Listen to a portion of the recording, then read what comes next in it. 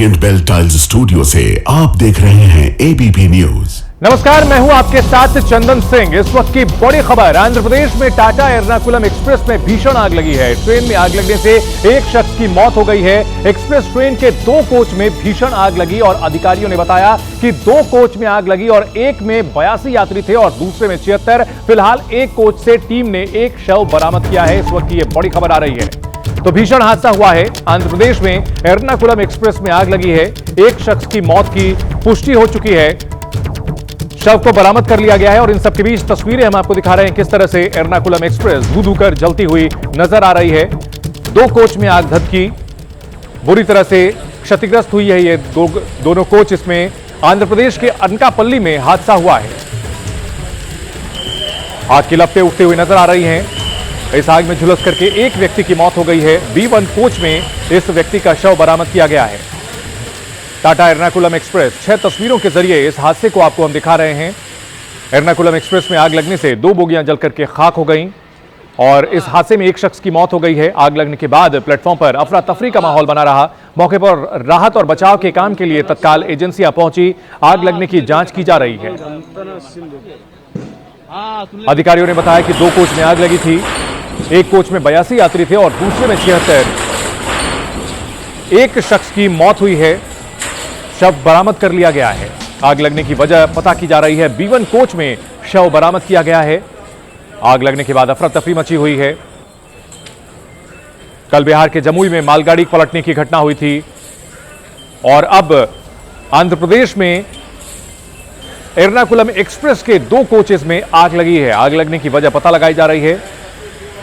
B1 AC coach में 82 यात्री मौजूद थे और दूसरे कोच में 76 यात्री मौजूद थे। M2 एसी कोच में 76 यात्री मौजूद थे। एक शख्स की मौत हुई है। आग लगने की वजह की पड़ताल की जा रही है। इन सब के बीच देखिए किस तरह से हादसे के दौरान ट्रेन धू-धू करके जलती हुई नजर आई है।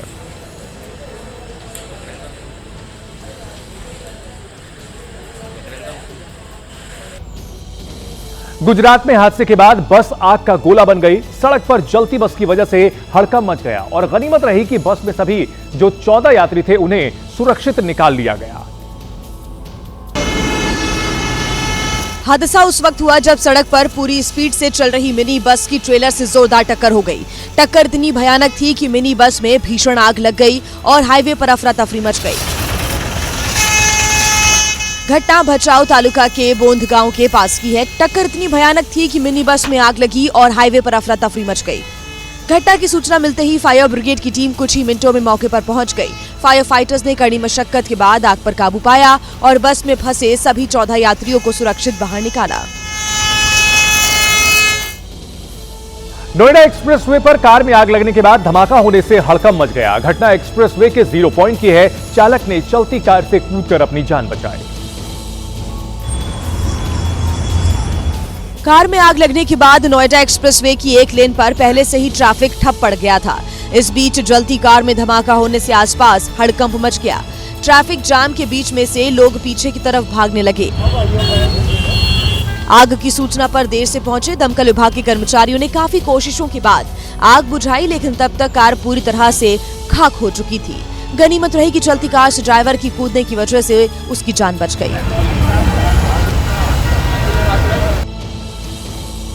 उत्तर भारत में भीषण सर्दी पड़ रही है और आज भी दिल्ली, हरियाणा, उत्तर प्रदेश और पंजाब समेत कई अन्य राज्यों में घना कोहरा देखने को मिल रहा है। दिल्ली, उत्तर प्रदेश, हरियाणा से लेकर पंजाब और बिहार समेत पूरे उत्तर भारत में घने कोहरे का कोहराम दिख रहा है।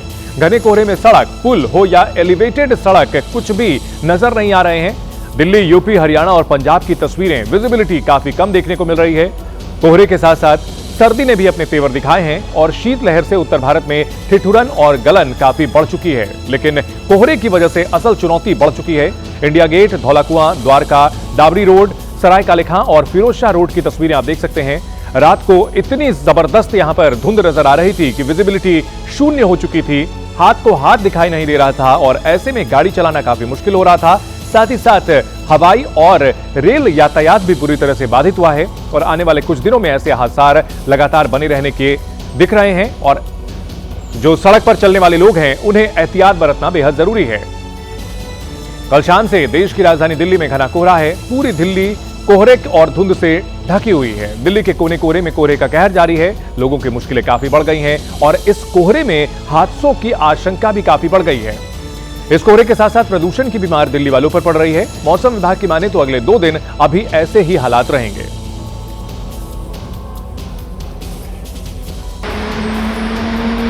ठंड, कोहरा और स्मॉग के ट्रिपल अटैक की बदौलत दिल्ली में भीषण कोहरा दिखा। लोगों के लिए गाड़ी लेकर निकलना, घर पहुंचना एक चुनौती बन गया। कोहरे की वजह से नजदीक की चीजें भी नहीं दिखाई पड़ रही थी। दिन में प्रदूषण और कोहरे का कॉकटेल स्मॉग बनकर दिल्ली के आसमान में छाया और रात में ठंड के साथ रास्तों पर उतर आया, जिससे विजिबिलिटी शून्य के आसपास पहुंच गई। विजिबिलिटी कम होने से गाड़ियों की रफ्तार धीमी हो गई। मौसम विभाग ने दिल्ली में आज भी घने कोहरे को लेकर ऑरेंज अलर्ट जारी किया है। तो वहीं मंगलवार के लिए मौसम विभाग ने येलो अलर्ट जारी किया है, यानी अगले 2 दिन तक दिल्ली में घना कोहरा बना रहेगा।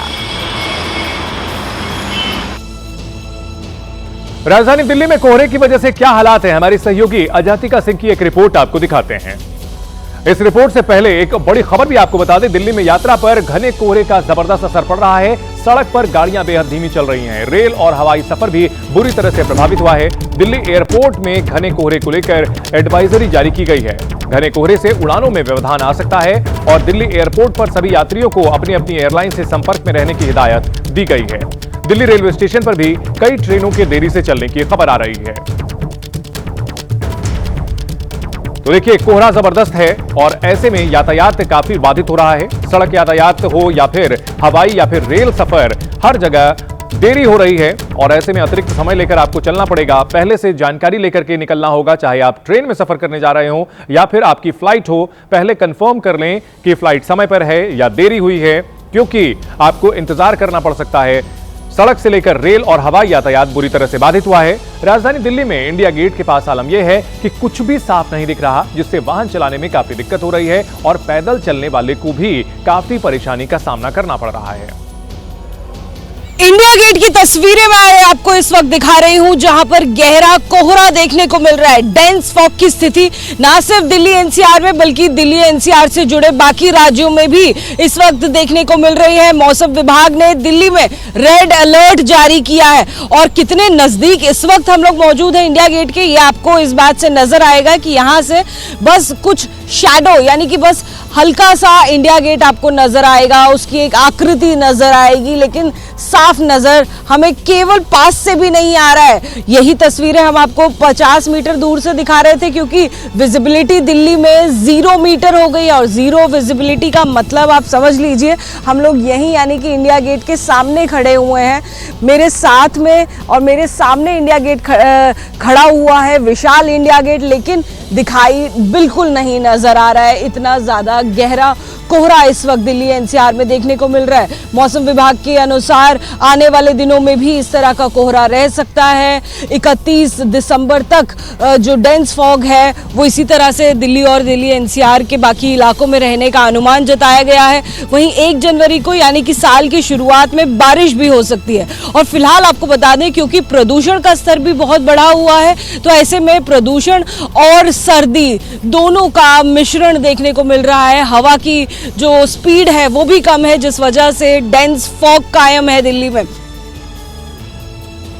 राजधानी दिल्ली में प्रदूषण के डर से दवा कंपनी के अधिकारी ने इस्तीफा दे दिया। ये बहुत बड़ी खबर है। प्रदूषण की वजह से दवा कंपनी के प्रेसिडेंट फाइनेंस ने नौकरी छोड़ दी है।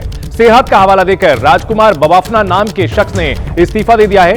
लंबे समय से गंभीर वायु प्रदूषण की मार झेल रहे हैं लोग और AQI लगातार बढ़ा हुआ है और ऐसे में लोग नौकरी छोड़ रहे हैं। राजधानी दिल्ली NCR से दूरी बना रहे हैं, क्योंकि उनकी सेहत लगातार बिगड़ती जा रही है और प्रदूषण के डर से दवा कंपनी के प्रेसिडेंट फाइनेंस ने नौकरी छोड़ दी है। सेहत का हवाला देकर राजकुमार बवाफना नाम के शख्स ने इस्तीफा दे दिया। लंबे समय से गंभीर वायु प्रदूषण की मार झेल रहे हैं लोग। AQI लगातार बढ़ा हुआ है, 400 के पार है और ऐसे में लोगों को सांस संबंधी कई दिक्कतों का सामना करना पड़ रहा है और देखिए, लोग नौकरी भी छोड़ रहे हैं। यूपी के पीलीभीत में कोहरे का कहर दिखा। यहां कोहरे में बेकाबू कार दीवार तोड़ते हुए नाले में जा घुसी। गनीमत रही कि एयरबैग खुलने से युवक की जान बच गई। कोहरे की वजह से जहां पैदल चलने की रफ्तार भी धीमी पड़ गई है, तो वहीं पीलीभीत में युवक ने तेज रफ्तार से सड़क पर कार दौड़ा दी। नतीजा ये हुआ कि युवक कार को लेकर दीवार तोड़ते हुए नाले में जा घुसा। घटना नेहरू पार्क इलाके के गोहनिया चौराहे के पास की है। युवक भीषण कोहरे में तेज रफ्तार से कार चला रहा था और गोहनिया चौराहे से टनकपुर रोड की तरफ जाते समय रास्ते में हादसे का शिकार हो गया। हादसे में कार चालक गंभीर रूप से घायल हो गया है। गनीमत रही कि एयरबैग खुलने की वजह से उसकी जान बच गई।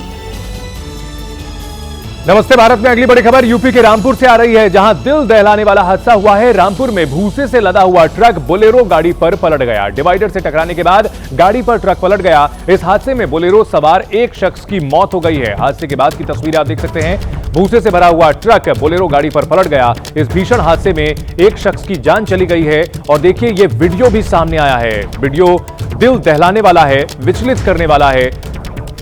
हादसे की लाइव तस्वीरें कैमरे पर कैद हुई हैं, जिसमें आप देख सकते हैं कैसे ये ट्रक डिवाइडर से टकराता है, उसका बैलेंस बिगड़ता है और सैकड़ों किलो वजन वाला ये ट्रक बोलेरो गाड़ी के ऊपर गिर जाता है। इसमें बड़े पैमाने पर जो भूसा रखा हुआ था वो भी गाड़ी के ऊपर पूरा गिर जाता है और इस हादसे में एक शख्स की मौत हो गई है। भीषण हादसे की ये तस्वीरें विचलित करने वाली है।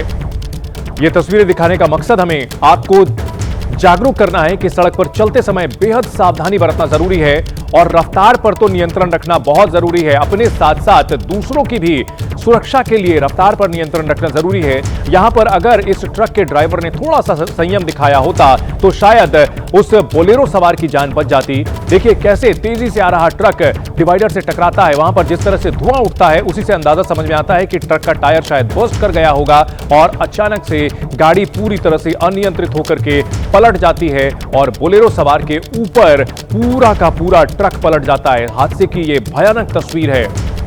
यूपी के रामपुर में यह भीषण हादसा हुआ है। सब कुछ सामान्य दिख रहा था, लेकिन कुछ सेकंड के अंदर यहां पर एक शख्स की मौत हो गई क्योंकि सैकड़ों किलो वजन का यह ट्रक उसके ऊपर पलट गया। गाड़ी के परखच्चे उड़ गए, चकनाचूर हो गई। जैसा कि तस्वीरों में शुरुआत में ही आप देख सकते हैं, गाड़ी टूटती हुई नजर आती है और उसके ऊपर ट्रक पलट गया। भूसा जो भरा हुआ था वो उसके ऊपर गिर गया और अंदर कुचल करके एक शख्स की जान चली गई। उत्तर प्रदेश के रामपुर का यह भयावह हादसे का वीडियो सामने आया है। तस्वीरें विचलित करने वाली हैं।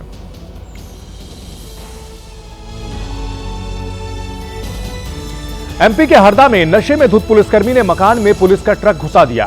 गनीमत रही कि ट्रक बीच में पेड़ से टकराकर रुक गया, जिससे बड़ी दुर्घटना टल गई। ट्रक की टक्कर के बाद नशे में धुत प्रधान आरक्षक गाड़ी से उतरा और कहने लगा कि उसकी भी लाइफ है। हमारी भी लाइफ है यार। नशे में धुत पुलिसकर्मी ट्रक लेकर हरदा से नर्मदापुरम जा रहा था।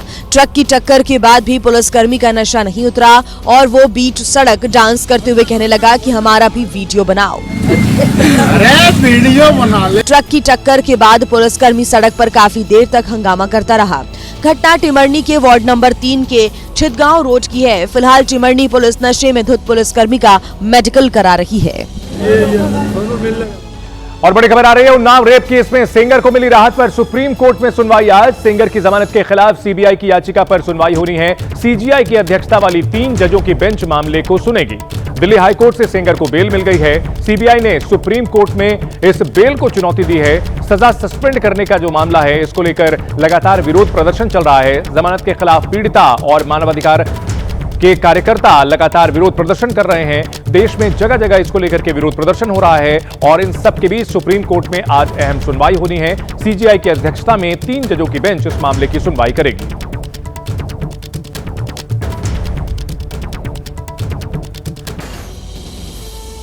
हैदराबाद के एक शादी समारोह में कुछ बुर्का नशी महिलाओं ने एक के बाद एक चोरी की कई घटनाओं को अंजाम दिया। हालांकि उनकी करतूत सीसीटीवी में कैद हो गई।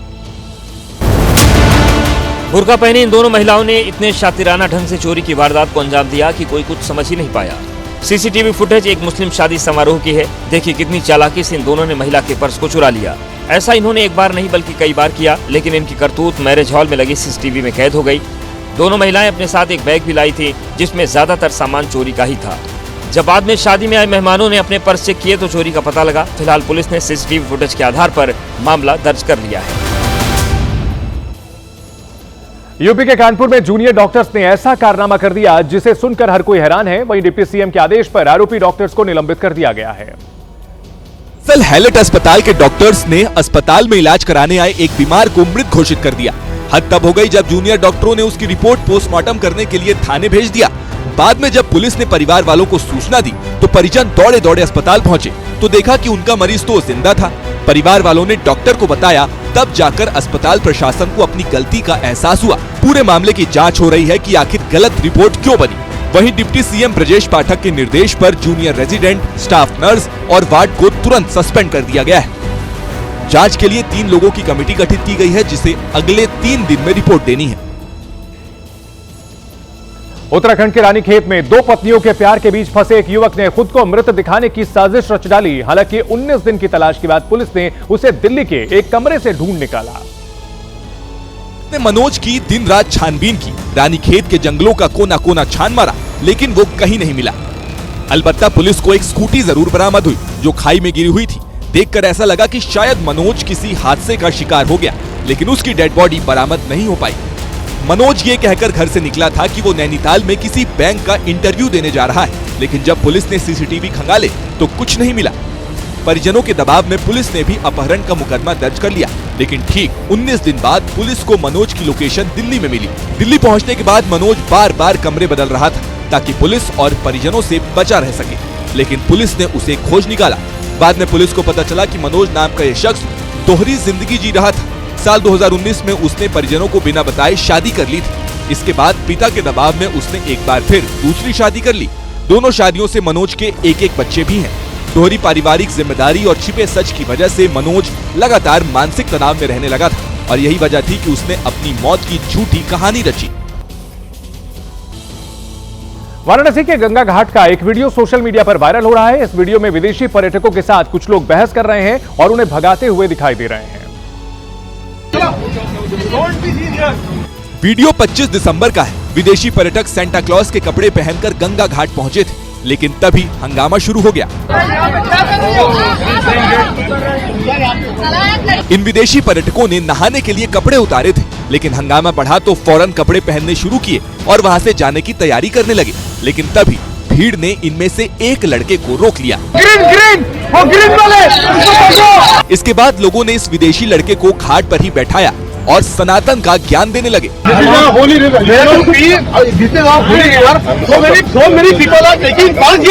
विदेशी लड़का इस कदर घबराया था कि उसे लग रहा था कि ये लोग कभी भी उस पर हमला कर देंगे। हालांकि तभी एक शख्स ने उसे यहाँ से भेज दिया। अब पुलिस ने इस मामले पर संज्ञान लिया है। लोकल लोगों ने बता रहे हैं कि किसी इशू को लेकर जो है कंफ्यूजन की स्थिति हो गई थी, जिसके बाद दोनों में बीच में जो है कहासुनी हुई। पुलिस कह रही है कि जांच के बाद कार्रवाई की जाएगी। यूपी के फतेहपुर में धर्मांतरण के मुद्दे पर बवाल हो गया। बजरंग दल के कार्यकर्ताओं ने पुलिस के सामने हंगामा किया और चर्च के भीतर धर्मांतरण का आरोप लगाया। कोई बाहर नहीं जाना चाहिए। सुनो, तुम लोग सभी इसको घेरो। मौके पर पुलिस के अधिकारी खड़े थे और बजरंग दल के कार्यकर्ता अपना कानून चला रहे थे। चारों तरफ इसको घेरो इसको। बजरंग दल के कार्यकर्ता पुलिस के सामने ही पुलिस के खिलाफ नारेबाजी कर रहे थे। धर्म परिवर्तन बंद करो। फतेहपुर हाय हाय। धर्म परिवर्तन बंद करो। कुछ नहीं। जांच करने के लिए पुलिस तो पहुंची थी, लेकिन नियम और तरीके बजरंग दल के कार्यकर्ता बता रहे थे। जब तक जांच नहीं होगी कोई बाहर नहीं जाए। बजरंग दल के इन कार्यकर्ताओं के आगे पुलिस के अधिकारी भी बेबस नजर आए। यूपी की राजधानी लखनऊ में एक मुस्लिम महिला को बीच सड़क पर कुछ लड़कों ने रोककर गाली दी, साथ ही उसे पाकिस्तानी भी कहा। यह वीडियो सोशल मीडिया पर वायरल हो रहा है। मुस्लिम महिला अपने पति के साथ स्कूटी पर जा रही थी, तभी बाइक सवार लड़कों ने उसे रोक लिया। जारी रखो तुम। इसके बाद सड़क पर कहासुनी हो गई और युवक ने महिला को पाकिस्तानी बताते हुए गाली दे दी। अपनी औकात में ना समझी। तुम भी अपनी औकात में। हमारी औकात कैसे? हमने गाली सब चले आतंकवादी। हम आतंकवादी हैं। और क्या? इन लड़कों का आरोप था कि महिला ने पीएम मोदी को गाली दी, जिसके चलते सड़क पर ये हंगामा हुआ। झूठ न बोल। हमने ये मजाक करने को मोदी सबको गर्लफ्रेंड दिला, हमने ये बोला, इनको गाली लग गई। बाइक पर 3 लड़के थे, जिनके नाम दीपक, आकाश और प्रियांशु बताए जा रहे हैं। इन्हीं लोगों ने ये वीडियो सोशल मीडिया पर अपलोड किया है। तो बताइए हम लोगों को क्या करना चाहिए? ये वीडियो ज़्यादा से ज़्यादा शेयर होनी चाहिए और कमेंट में जय श्री राम का नारा लगना चाहिए। यूपी के महोबा में एक हैरान करने वाला मामला सामने आया। यहां कुछ ग्रामीण एक मरे हुए नाग नागिन को अस्पताल ले आए, जिसे देखकर लोग दहशत में आ गए। दरअसल एक किसान को नाग नागिन के जोड़े ने डस लिया था। खेत की सिंचाई के दौरान इस घटना के बाद ग्रामीणों ने नाग नागिन को मार डाला।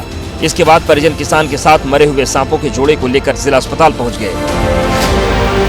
अस्पताल परिसर में मरे हुए सांपों को देखकर मौजूद लोग भी हैरत में पड़ गए।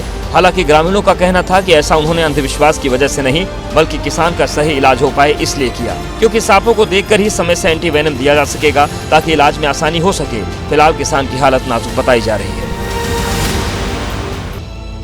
हैदराबाद से एक ऐसी तस्वीर आई जो चौंकाने वाली है, जहां एक कार चलते चलते धू धू कर जलने लगी, लेकिन इसके बाद जो हुआ उसको देखकर आपको अपनी आंखों पर विश्वास नहीं होगा। आग का गोला बनी कार सीधे पेट्रोल पंप में जा घुसी। पहली नजर में आप सोच रहे होंगे कि आखिर कोई चलती कार कैसे चला सकता है, तो ये आपकी आंखों का धोखा है। जैसे ही कार में आग लगी, कार में मौजूद लोग तो कार से नीचे उतर आए, लेकिन कार नहीं रुकी। उसने अपना रास्ता खुद बनाया और पेट्रोल पंप के अंदर घुसकर ही पार हुई। बर्निंग कार को देख पेट्रोल पंप में भागम भाग मच गई, लेकिन पेट्रोल पंप कर्मियों ने अचानक आई इस मुसीबत का सामना डटकर किया और आग पर काबू पाने की कोशिशों में जुट गए। पेट्रोल पंप कर्मियों की सतर्कता से बड़ा हादसा टल गया। सोचिए अगर पेट्रोल पंप में आग फैल जाती तो क्या होता। बताया जा रहा है कि कार में आग गैस सिलेंडर फटने से लगी। राजस्थान के कोटा में फैक्ट्री वालों की लापरवाही की वजह से 3 मासूमों की जिंदगी दलदल में फंस गई। खेलते वक्त तीनों अमरपुरा इंडस्ट्री से निकले स्लरी के दलदल में पहुंच गए और तीनों कीचड़ में धंसने लगे। पल भर में ही शरीर का आधा हिस्सा स्लरी के अंदर चला गया। बच्चों की चीख सुनकर स्थानीय लोग मौके पर पहुंचे, लेकिन दलदल ज्यादा होने की वजह से बच्चों तक पहुंचना आसान नहीं था। फिर लोगों ने स्लरी के ऊपर सीमेंट के चौड़े चौड़े ब्लॉक्स रखे और उसके बाद बच्चों को निकालने का काम शुरू किया। स्लरी में बच्चे बुरी तरह से फंसे हुए थे, लेकिन उन्हें निकालना एक व्यक्ति की बात नहीं थी। तीसरा बच्चा काफी दूर था, उसे निकालने के लिए कपड़े की मदद ली गई। बच्चों ने अपनी कमर में कपड़े को बांध लिया, जिसके बाद किनारे खड़े लोग धीरे धीरे खींचते हुए उसे बाहर निकालने की कोशिश करने लगे, लेकिन ऐसा करना आसान नहीं था। काफी मशक्कत के बाद लोगों ने मासूम बच्चों को बाहर निकाला और इस तरह से तीनों की जान बच गई, वरना बड़ा हादसा हो सकता था। राजस्थान में बदमाश मस्त हैं और आम लोगों की हालत पस्त। राजस्थान के सीकर इंडस्ट्रियल एरिया से बेखौफ लुटेरों के तांडव की तस्वीरें आई हैं। अब चोरों ने यहां पर राहगीरों को अपना शिकार किस तरह से बनाया, आप तस्वीरों में देखिए। इन चोरों ने किसी का पर्स छीना तो किसी के मोबाइल को हथिया लिया। जिसके पास जो भी कीमती सामान मिला उसको इन बदमाशों ने लूट लिया। ऐसा एक के साथ नहीं हुआ, बल्कि एक ही रात एक ही इलाके में इन्होंने 5 लोगों को लूटा। सीसीटीवी में साफ दिखा कि बदमाशों ने एक व्यक्ति का पीछा किया, फिर मौका मिलते ही लुटेरों ने ट्रक की आड़ में पीड़ित को दबोच लिया। दोनों बदमाशों ने उसकी जमकर पिटाई की। सीसीटीवी में सिर्फ 2 ही बदमाश दिखे, जबकि बाकी 3 बाइक में साथियों की मदद के लिए साई की तरह उनके साथ थे। घटना के बाद पुलिस का एक्शन भी शुरू हुआ। पुलिस ने 2 आरोपियों को गिरफ्तार कर लिया, लेकिन 3 अभी भी पुलिस की पहुंच से दूर हैं। प्रयागराज में 3 जनवरी से शुरू होने वाले माघ मेले से पहले साधु संत और प्रशासन आमने सामने आ गए। मेले में पर्याप्त जमीन देने की मांग लेकर कुछ साधु संत मेला प्राधिकरण के दफ्तर के बाहर धरना देने पहुंच गए। धरने के दौरान एसडीएम से बहस हो ही रही थी कि तभी एक साधु एसडीएम के पैरों पर गिर गए। आप अभी बंद कर दिए तो ऐसा बोले चलिए आप।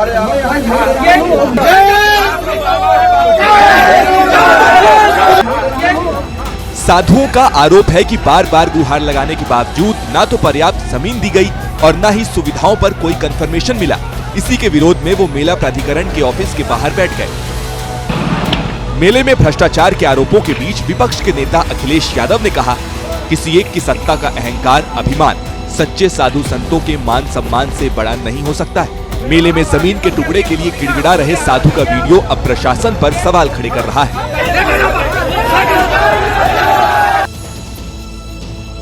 यूपी की राजधानी लखनऊ में पुलिस मंथन कार्यक्रम के दौरान मुख्यमंत्री योगी आदित्यनाथ ने उत्तर प्रदेश में कानून व्यवस्था पर बोलते हुए बड़ा बयान दिया। उन्होंने कहा कि आउट ऑफ बॉक्स आइडिया की वजह से यूपी मॉडल को दूसरे राज्य अपना रहे हैं। यूपी के बड़े पुलिस अधिकारियों की मौजूदगी में योगी आदित्यनाथ ने कहा कि राज्य की कानून व्यवस्था से खिलवाड़ का हक किसी को नहीं है। किसी ने कानून को ठेंगा दिखाने का प्रयास किया तो कानून ने उसको उसी प्रकार से उसकी गिरेबान को पकड़ने का काम भी किया है और यह उत्तर प्रदेश ने करके दिखाया है। योगी ने बुलडोजर एक्शन और हाफ एनकाउंटर का नाम तो नहीं लिया, लेकिन ये जरूर कहा कि आज देश में जहां भी ऐसी कार्रवाई होती है तो जनता यूपी मॉडल को याद करती है। आज जिसका उदाहरण देश के अंदर अलग अलग राज्यों में भी लोग उदाहरण के रूप में प्रस्तुत करने का प्रयास कर रहे हैं। योगी आदित्यनाथ ने यूपी मॉडल को आउट ऑफ बॉक्स सोच का नतीजा बताया और कहा कि ऐसा करने से ही राज्य की पुलिस अपराधियों से एक कदम आगे रहती है। हम नहीं बोल रहे हैं, लेकिन मीडिया उसको बोलते है यूपी मॉडल आगे। ये प्रयास करने से होता है, आउट ऑफ बॉक्स जब हम कार्य करने का प्रयास करते हैं तब इस प्रकार की चीजें सामने आती हैं। नए साल के जश्न से पहले ही राजधानी दिल्ली में हुड़दंगियों का आतंक देखने को मिला है। आईटीओ से सराय काले खान जाने वाली रिंग रोड में कुछ युवकों ने जमकर उत्पात मचाया, जिसका वीडियो भी वायरल हो रहा है। इन हुड़दंगियों ने ना अपनी जान की परवाह की ना दूसरों की। खुलेआम ट्रैफिक नियमों की धज्जियां उड़ाई वो अलग। तेज रफ्तार कारों के बीच एक दूसरे से आगे निकलने की होड़ लगी रही। कई बार तो इन लोगों ने इतने खतरनाक ओवरटेक किए कि लोगों की जान पर बना आई। ये हुड़दंगी कभी कार की सनरूफ पर स्टंट करते दिखे तो कभी विंडो पर। यह वीडियो 26 दिसंबर की रात का बताया जा रहा है, जो आईटीओ से नोएडा की ओर जाने वाले रास्ते का है। फिलहाल पुलिस ने आरोपियों पर एफआईआर दर्ज कर ली है। आरोपियों की तलाश के लिए सीसीटीवी खंगाले जा रहे हैं। हरियाणा के नूह में उस वक्त सनसनी फैल गई जब चोरों ने ज्वेलरी शॉप से करोड़ों का माल चुरा लिया। हथियारों के साथ आए इन चोरों की करतूत सीसीटीवी कैमरे में कैद हो गई। मुंह पर नकाब पहने चोर तबे पांव आए। रात के अंधेरे में 6 चोरों को देख कुत्तों को भी इनके मंसूबे का एहसास हो गया, लेकिन बदमाशों ने कुत्तों को डराकर शांत करा दिया और रात करीब 3 बजे दुकान का ताला तोड़ अंदर घुस गए। वहां से माल उठाया और बोरियों में भरकर उसे सिर पर रखकर रफू चक्कर हो गए। सुबह जब दुकान मालिक को घटना की जानकारी मिली तब उनके पैरों तले जमीन खिसक गई। सारा सामान बिखरा पड़ा था और सारे बॉक्स खाली। बताया जा रहा है कि चोरों ने दुकान में लगे सीसीटीवी पर ब्लैक स्प्रे मारकर दुकान में चोरी की। पुलिस डॉग स्क्वाड फिंगरप्रिंट और सीसीटीवी के आधार पर चोरों की तलाश में जुटी। कांग्रेस ने अपना 140वां स्थापना दिवस मनाया, लेकिन चर्चा का केंद्र दिग्विजय सिंह का वो सोशल मीडिया पोस्ट रहा जिसमें उन्होंने संघ की तारीफ की थी। ये बवाल दिग्विजय सिंह के इस सोशल मीडिया पोस्ट से खड़ा हुआ, जिसमें उन्होंने पीएम मोदी और लालकृष्ण आडवाणी की पुरानी तस्वीर साझा करते हुए आरएसएस की तारीफ की। दिग्विजय अपने बयान पर आज भी कायम रहे। इनकी संगठन क्षमता का मैं प्रशंसक हूँ। आज जब दिल्ली में पार्टी का स्थापना दिवस मना तो दिग्विजय सिंह भी शामिल हुए और उनके साथ शशि थरूर भी नजर आए, जिन्होंने दिग्विजय सिंह की बात का समर्थन किया। जी, मैं भी चाहता हूं कि हमारे संगठन जरा सा मजबूत हो और हमारे संगठन के अंदर तो डिसिप्लिन होना ही चाहिए। यानी थरूर भी बातों बातों में आरएसएस को मजबूत और अनुशासित संगठन बता रहे हैं। इस बीच कांग्रेस सांसद मणिकम टैगोर के बयान ने नया विवाद खड़ा कर दिया। ये आप अलकायदा के साथ कोई सीख सकते हैं क्या? वो संगठन अलकायदा एक नफरत का संगठन है। कांग्रेस के अंदर कुछ नेता दिग्विजय सिंह से सहमत हैं, तो कुछ कह रहे हैं कि आरएसएस सिर्फ नफरत ही सिखा सकता है। कांग्रेस के 140वें स्थापना दिवस पर दिल्ली में बड़ा कार्यक्रम आयोजित हुआ। पार्टी अध्यक्ष मल्लिकार्जुन खड़गे ने कांग्रेस का इतिहास याद दिलाया और आरएसएस पर हमला करते हुए संदेश दिया कि दिग्विजय सिंह की बातों से पार्टी कभी सहमत नहीं हो सकती। खड़गे ने इस बार भी आरएसएस को राष्ट्रभक्ति के मुद्दे पर घेरा। आरएसएस बीजेपी के नेताओं ने देश का संविधान, तिरंगा झंडा, अशोक चक्र और वंदे मातरम तक को नहीं स्वीकार किया। खड़गे ने इस मौके पर हिंदू मुस्लिम वाली राजनीति का भी मुद्दा उठाया। कांग्रेस ने कभी धर्म के नाम पर वोट नहीं मांगा। कांग्रेस ने कभी मंदिर मस्जिद के नफरत नहीं फैलाई। खड़गे ने कहा, जो आज इतिहास पर भाषण दे रहे हैं उनके पूर्वज इतिहास से भाग रहे थे। उन्नाव रेप कांड के आरोपी कुलदीप सेंगर की रिहाई के खिलाफ जंतर मंतर पर जमकर प्रदर्शन हुआ। पीड़िता ने ऐलान किया था कि वो तब तक धरना देंगी जब तक उन्हें न्याय नहीं मिल जाता। प्रदर्शनकारी हाथों में पोस्टर लिए हुए थे जिसमें सेंगर की गिरफ्तारी का विरोध किया जा रहा था।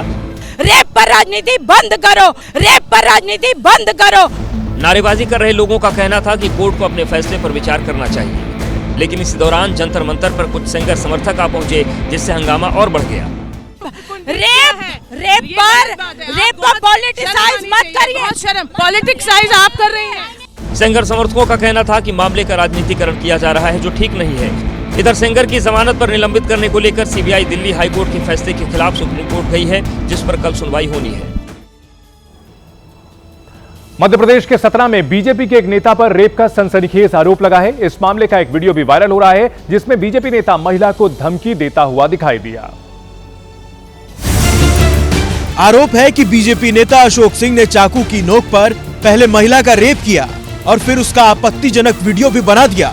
ये डाल दूंगी सोशल मीडिया में। का होगा मेरा पता चलेगा सामाई के साथ। कुछ नहीं होगा, डांट कोई डर नहीं है, डाल दो मीडिया में, क्या दिक्कत है यार। यही नहीं, इस घिनौनी हरकत के बाद ये नेता कानून के इकबाल को भी खुलेआम चुनौती देता हुआ नजर आया। हम नहीं फंसेंगे, औकात में किसी फंसा दे। इधर अब इस मामले पर सियासत गर्मा गई है। एमपी कांग्रेस अध्यक्ष जीतू पटवारी ने बीजेपी सरकार को घेरा है। सवाल इसलिए भी उठ रहे हैं कि पुलिस ने आरोपी नेता पर सिर्फ छेड़छाड़ जान से मारने की धमकी का मामला दर्ज किया है। फिलहाल मामले की गंभीरता को देखते हुए पूरी जांच का जिम्मा डीएसपी को सौंप दिया गया है। राजस्थान के जयपुर में एक युवक के पेट से 7 टूथब्रश और 2 लोहे के रिंच निकाले गए। भीलवाड़ा के रहने वाले एक युवक को पेट में दर्द हो रहा था। पेट दर्द की शिकायत पर परिजनों ने सोनोग्राफी टेस्ट कराया तो डॉक्टर भी रिपोर्ट देखकर हैरान रह गए, क्योंकि युवक के पेट से 7 टूथब्रश और 2 लोहे के रिंच मिले। डॉक्टरों ने 2 घंटे तक चले ऑपरेशन के बाद युवक के पेट से एक एक कर सभी चीजें बाहर निकाल ली। जानकारी के मुताबिक युवक लोहे के उपकरण और टूथब्रश निकल जाया करता था, जिसकी वजह से कुछ दिन पहले उसके पेट में बहुत जोर से दर्द हुआ, जिसके बाद युवक को जयपुर के एक अस्पताल में भर्ती कराया गया, जहां डॉक्टर तन्मय ने उसका सोनोग्राफी टेस्ट कराया तो उनकी आंखें फटी की फटी रह गई। हालांकि डॉक्टर तन्मय की टीम ने ऑपरेशन कर डस्टबिन बन चुके पेट से 7 टूथब्रश और लोहे के 2 रिंच बाहर निकाल लिए। बिहार में उपेंद्र कुशवाहा की पार्टी में बगावत के सुर तेज हो गए हैं। आरएलएम के विधायकों ने उनके खिलाफ मोर्चा खोल दिया है। विधायक कुशवाहा के बेटे दीपक प्रकाश को मंत्री बनाए जाने से नाराज हैं। हमें लगता है कि आत्मघाती फैसला रहा हो, तो उस संदर्भ में हम लोग नाराज जरूर हैं। 2 दिन पहले उपेंद्र कुशवाहा ने कहा था कि उनकी पार्टी में सब कुछ ठीक है, लेकिन अब उनके विधायक ही खुलकर सामने आ गए। उन तीनों विधायक कहीं न कहीं नाराज हैं। हमें लगता है कि वो फैसला पार्टी हित में फैसला नहीं रहा। हालांकि महतो ने पार्टी तोड़ने की खबरों का खंडन किया और बीजेपी के कार्यकारी अध्यक्ष नितिन नवीन से मुलाकात को औपचारिक बताया। इस विवाद पर बीजेपी ने कहा, से जो असंतोष सामने आ रहा है वो उनके आंतरिक फैसलों का परिणाम है।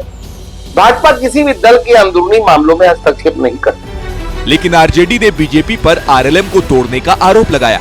बीजेपी आदरणीय नीतीश कुमार जी को मुख्यमंत्री का कुर्सी से हटाना चाह रही है, अब अपने सहयोगी दलों को तोड़ रही है।